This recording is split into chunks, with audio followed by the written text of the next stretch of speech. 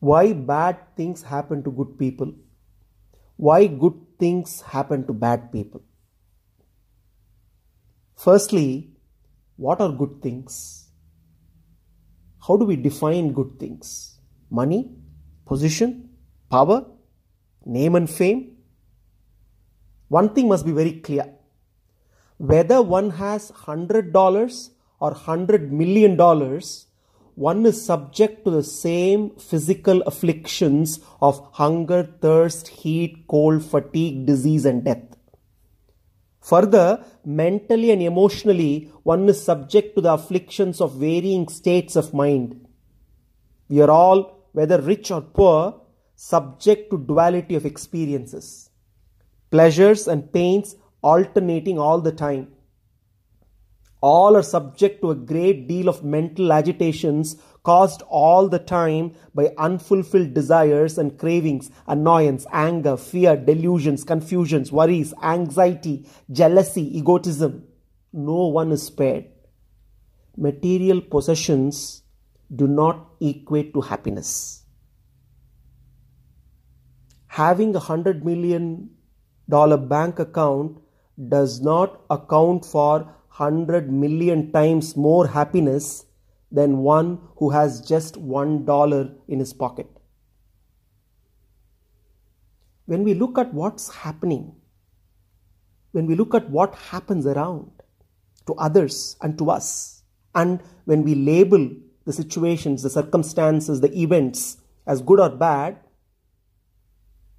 we are just looking at a tiny slice, an infinitesimal slice of a timeline that is not just 100 years of this one life, but covers countless number of previous lives. In this cyclic human journey, the law of karma ensures that every cause and effect is perfectly accounted for. No one gets anything to which he or she is not entitled. And Bhagavan runs the perfect computer that takes care of this accounting totally error-free. There is nothing called good luck or bad luck. Every consequence, every experience is shaped by one's own actions, in this life or in the previous lives. Everyone gets what he or she deserves, whether one wins a lottery or loses everything in a stock market crash. Yes, some bad people, even crooks, may be showered with unending material prosperity, material abundance of all sorts. Not necessarily lasting happiness, but material abundance, good things, quote unquote, as we may call. Not because of their current wrong deeds, but because of their past good karma. But what is the use if this material abundance does not help one to realize the purpose of life?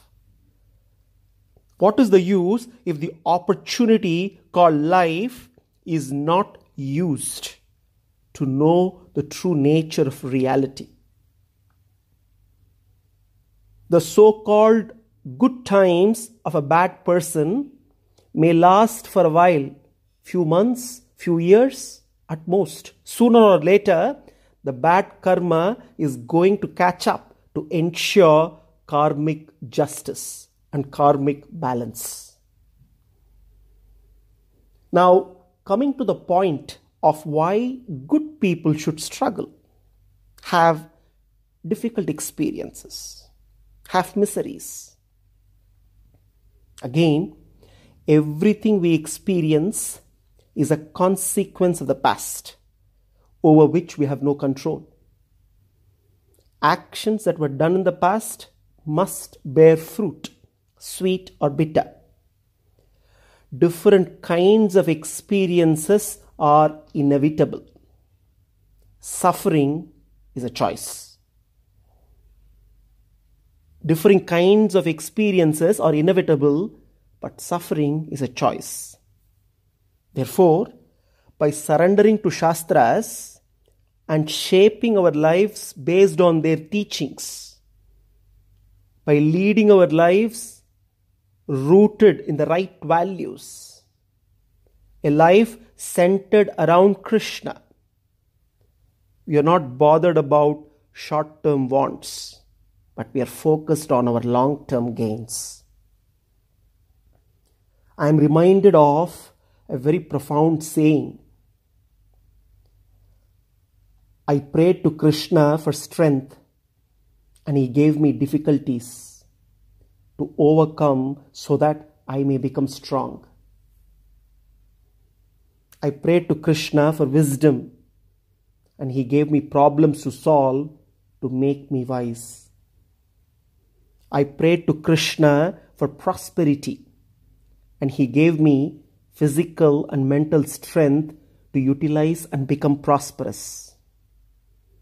I prayed to Krishna for courage, and he gave me dangers to surmount and become courageous.